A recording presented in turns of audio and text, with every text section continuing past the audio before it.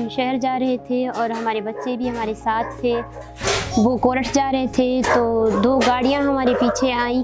एक हमारे पीछे आ रही थी और एक आगे खड़ी हुई थी। एक कार थी करोला और एक वीगो थी जो बगैर नंबर प्लेट के थी दोनों गाड़ियां।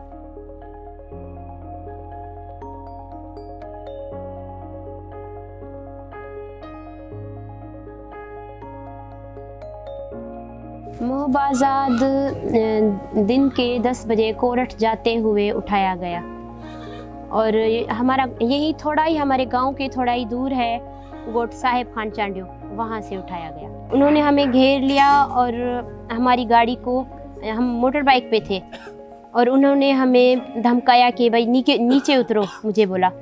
तो मैंने कहा मैं नहीं उतरूंगी, कौन हो आप लोग। तो उन्होंने मुझे और मेरी बेटियों को धक्के दे के गिरा के आज़ाद को गाड़ी में डाल दिया मार पीट के।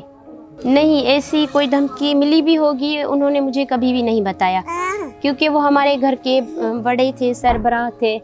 मैं परेशान होती शायद, इसके लिए उसने मुझे ऐसी कोई भी बात नहीं बताई कभी भी। उसके उठाए जाने की ऐसी तो कोई भी खास वजह नहीं थी, क्योंकि वो वकालत करते थे, अपने काम से काम रखते थे और उसका किसी भी सियासी पार्टी से कोई भी ताल्लुकात नहीं था। वो बस यही करते थे, जो मिसिंग पर्सन्स थे, जिनकी माएँ बहनें रोडों में बैठी हैं, धक्के खा रही हैं, मेरी तरह जैसे मैं खा रही हूँ, उनके पास जाके बैठते थे, थोड़ा बहुत उसके हक में आवाज़ उठाते थे। ये मैं नहीं जानती किसने उठाया है।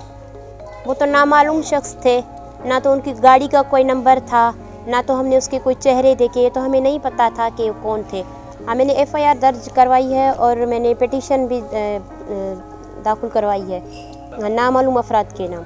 उसके बाद ये हुआ कि हाई कोर्ट के चीफ जस्टिस ने ये हुक्म दे दिया है कि मुहिब को 22 तारीख को हर सूरत हर हाल में पेश किया जाए।